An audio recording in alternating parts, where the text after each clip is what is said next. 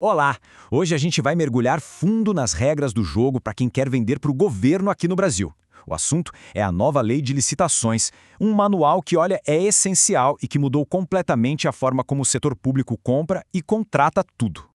Já pararam para pensar nisso? A escala é uma coisa gigantesca. Todos os dias, em milhares de municípios, nos estados, na União, o setor público precisa comprar produtos, contratar serviços. Mas como garantir que esse processo todo seja justo, seja eficiente e que use bem o dinheiro público? Pois é, a resposta para essa pergunta está nessa nova lei. Ela funciona como um grande manual que foi criado para substituir um monte de regras antigas e confusas. O objetivo? Deixar o processo de compras públicas mais moderno, mais simples e, principalmente, mais unificado. Bom, para a gente entender essa nova estrutura, vamos seguir um roteiro bem simples. Primeiro, a gente vê o alcance da lei. Depois, os seus princípios.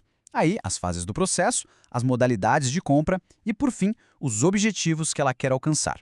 Vamos lá. Ok, começando pelo básico então. Para quem essa lei realmente vale e para que tipo de contratação ela serve?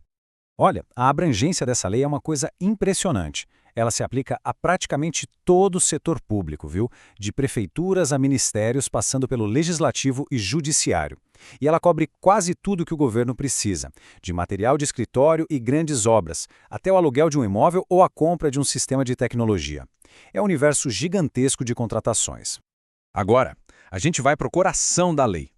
Se as regras são o como as coisas são feitas, os princípios são o porquê.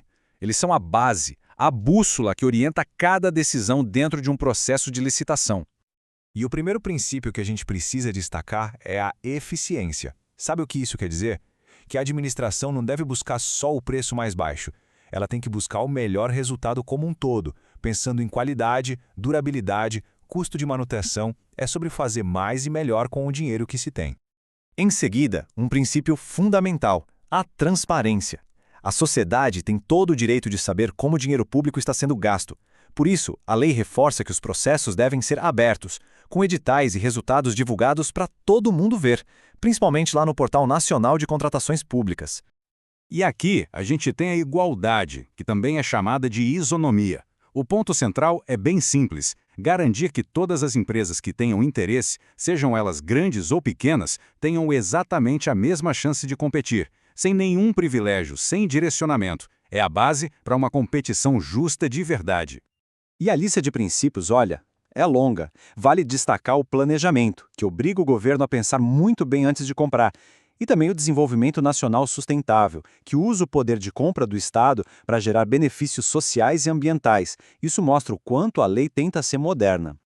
Bom, agora que a gente já entendeu a base teórica, vamos ver como a coisa funciona na prática. Como é a jornada de uma compra pública? Do comecinho até o fim. O processo é todo dividido em fases bem claras. Começa com o planejamento interno, que é como se fosse o dever de casa do órgão público. Depois o edital é publicado, que são as regras do jogo. Aí as empresas apresentam suas propostas e elas são julgadas. E aqui tem uma mudança bem importante. Agora, só os documentos do vencedor são checados na fase de habilitação. Isso ajuda a agilizar bastante o processo. E claro, depois vem os prazos para recursos e, no final, a homologação, que é quando batem o martelo e o vencedor é declarado oficialmente. Certo. O governo não compra tudo do mesmo jeito. A lei oferece tipo uma caixa de ferramentas com diferentes modalidades de licitação. Cada uma é adequada para um tipo de necessidade. E para escolher a ferramenta certa dessa caixa, primeiro a gente precisa entender a diferença entre o que é um bem ou serviço comum e o que é especial. Os comuns são aqueles fáceis de descrever, sabe? Caneta, serviço de limpeza. Já os especiais são mais complexos, como uma obra de engenharia gigante ou um software super inovador. Essa distinção é a chave de tudo para definir como vai ser a compra. As modalidades principais são essas aqui. O pregão, que é o padrão para itens comuns e foca no preço. A concorrência, que é usada para projetos mais complexos, onde a qualidade técnica é super importante. E a grande novidade é o diálogo competitivo. Essa é uma ferramenta para quando o governo tem um problema, mas não sabe a solução e precisa da ajuda do mercado para construir o melhor caminho. Vamos dar um foco maior nesse tal de diálogo competitivo. Ele é revolucionário porque inverte a lógica. Em vez de o governo chegar com uma solução pronta, ele apresenta um problema e convida empresas para, juntos, desenvolverem as melhores soluções possíveis.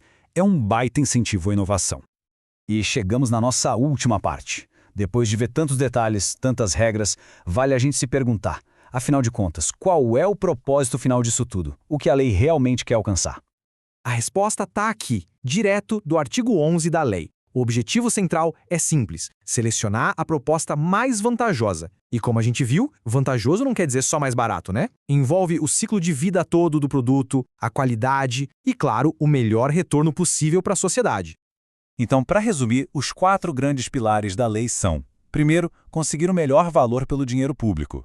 Segundo, garantir uma competição justa e igual para todo mundo. Terceiro, combater a corrupção, evitando preços inflados. E por último, usar o poder de compra do Estado para impulsionar a inovação e o desenvolvimento sustentável do país.